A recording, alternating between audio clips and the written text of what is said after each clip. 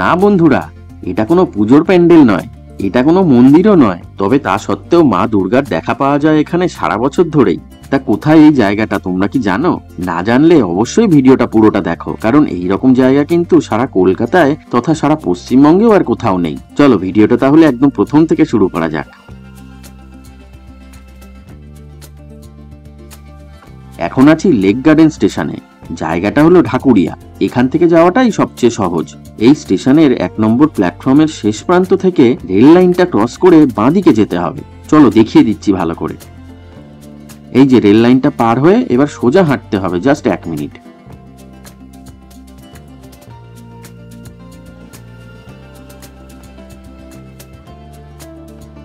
ঠিক 1 মিনিট হাঁটার পর এরকম একটা 3 মাথার মোড় পড়বে। এবার এখান থেকে ডান দিকে জাস্ট 2 মিনিট হাঁটতে হবে।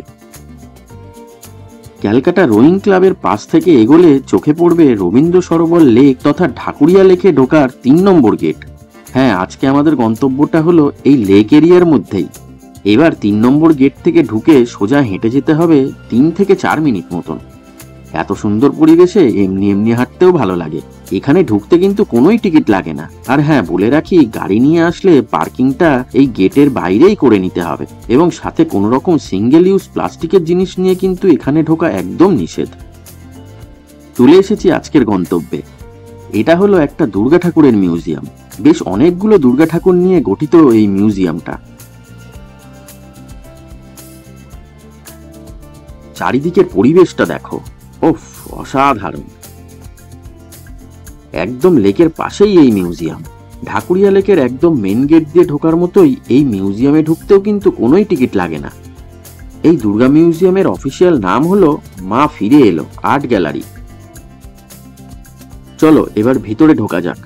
মূল মিউজিয়ামের ভিতরে বেশ অনেকগুলো দুর্গা ঠাকুরের প্রতিমা তো আছেই, তবে গেট থেকে ঢুকেই ডান দিক ও বাঁদিকে দুটো দুর্গা মায়ের প্রতিমাও আছে দেখলাম।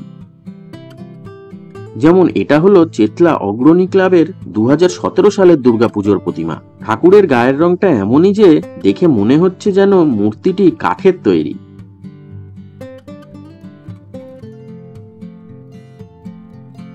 ঠিক এর উল্টো দিকেই আরো একটা ঠাকুর আছে।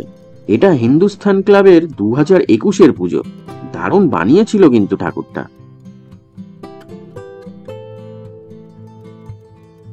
পাশে একটা কামানের মতন জিনিস চোখে পড়ল। এটা কেন এখানে রাখা আছে ঠিক বুঝলাম না।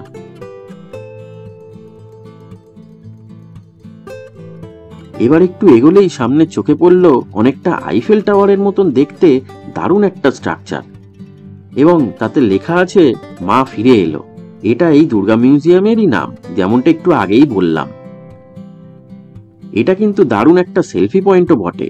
এখানে ঘুরতে আসলে এখানে দাঁড়িয়ে সবাই একটা ফটো তোলেই, বা বলতে পারো অনেকে শুধুমাত্র ফটো তোলার জন্যই এত সুন্দর পরিবেশটাতে আসে এখানে।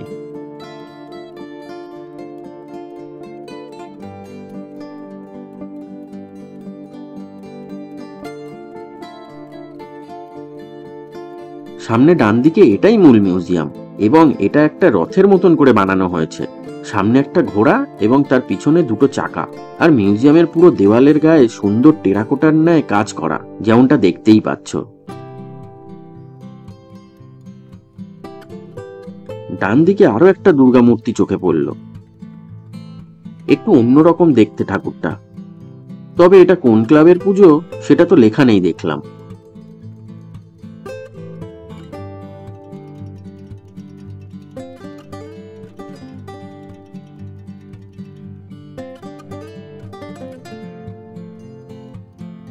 চলো এবার ঢুকে পড়ি মূল মিউজিয়ামে। তবে ঢোকার আগে দেওয়ালে নানান সুন্দর সুন্দর নকশাগুলো দেখতে বেশ ভালোই লাগছে।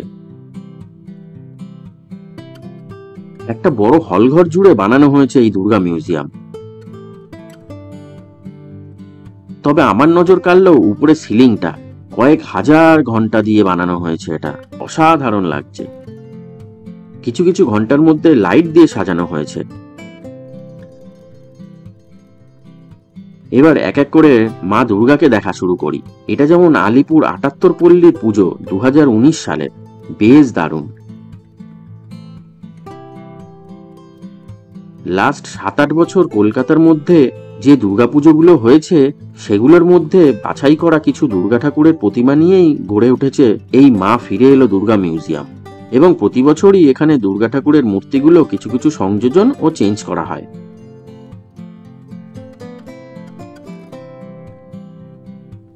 এটা ভবানীপুর ৭৫ পল্লীর ২০১৭ সালের পুজো।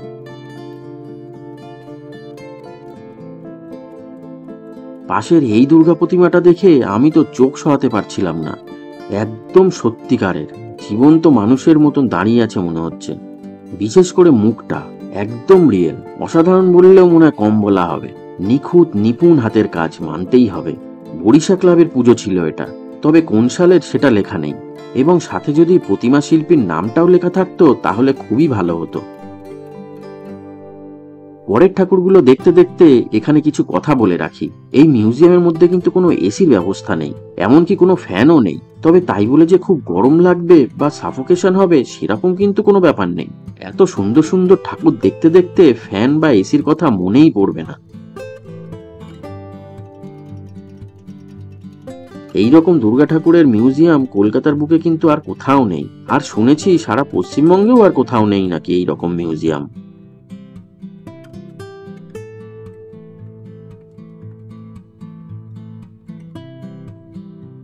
এবার এই ঠাকুরটায় আমার চোখ দুটো আটকে গেল। তোমাদের দেখাই একটু ভালো করে। মা দুর্গা যেন স্বয়ং বসে আছেন এখানে। দারুণ লাগছে দেখতে। নপাড়া দাদাভাই সংঘের ২০২৩ সালের পুজো এটি। প্রতিমা শিল্পীর নাম শ্রী সুবিমল দাস। অসম্ভব সুন্দর নিখুঁত হাতের কাজ। সব ঠাকুর প্রতিটা ভালো করে দেখানোটা তো সম্ভব না, বুঝতেই পারছো, তাই একটু তাড়াতাড়ি দেখিয়ে দিচ্ছি তোমাদের। তোমরা যদি এখানে আসো তাহলে বলবো বেশ কয়েক ঘন্টা সময় হাতে নিয়ে আসো, কারণ তাহলে এই মিউজিয়ামের সাথে সাথে পাশেই বিশাল বড় অসাধারণ লেকটাও ঘুরে দেখতে পারবে। প্লাস পাশেই এখানে বেশ বড় একটা দারুণ ফ্যামিলি পার্কও আছে, নাম লায়ন সাফারি পার্ক। সেখানে আছে প্রচুর ফ্রি অ্যাক্টিভিটি। সেই ভিডিওর লিঙ্কটা দিয়ে রাখলাম নিচে ডেসক্রিপশন বক্সে। তাই হাতে সময় নিয়ে আসলে একসাথে মিউজিয়াম, লেক ও পার্ক ঘুরে দেখে বেশ কয়েক ঘন্টা সময় অনায়াসে দারুণভাবে কাটাতে পারবে এখানে। মিউজিয়ামের মাঝে দাঁড়িয়ে পুরো মিউজিয়ামটা দেখতে দেখতে এই দুর্গা মিউজিয়ামের টাইমিংটা বলে দিই তোমাদের। এটা খোলা থাকে রোজ সকাল ৭টা থেকে 10টা অবধি, আবার বিকেল 4টে থেকে 7টা অবধি। তবে আমি বলবো বিকেলের দিকেই আসো, কারণ সকালের দিকে অনেক সময় মিউজিয়ামটা বন্ধ থাকে শুনেছি। ট্রেনে করে কিভাবে সহজেই এখানে আসবে সেটা তো ভিডিওর প্রথমেই বলে দিয়েছি। তবে মেট্রো করে যদি আসতে চাও তাহলে নামতে হবে রবীন্দ্র সরোবর স্টেশনে। তারপর 1 নম্বর গেট দিয়ে বেরিয়ে মেন রোড দিয়ে ডান দিকে ৩-৪ মিনিট মতো হাঁটলেই পেয়ে যাবে এই ঢাকুরিয়া লেকের ঢোকার 5 নম্বর গেট। তবে 5 নম্বর গেট দিয়ে ঢুকলে একটু বেশি হাঁটতে হবে এই দুর্গা মিউজিয়াম আসার জন্য। লেকের 3 নম্বর গেটটাই একদম কাছে হয় এই দুর্গা মিউজিয়ামের। তা কেমন লাগলো এই দুর্গা মিউজিয়ামটা দেখে কমেন্ট করে জানিও। ভিডিওটা ভালো লাগলে একটা লাইক করে দিও আর শেয়ার করে দিও প্রিয়জনদের সাথে। আর আজ প্রথমবার যারা আমার ভিডিও দেখছো তারা তো আশা করি এতক্ষণে চ্যানেলটাকে সাবস্ক্রাইব করেই নিয়েছো। তাহলে আজকের মতন টাটা।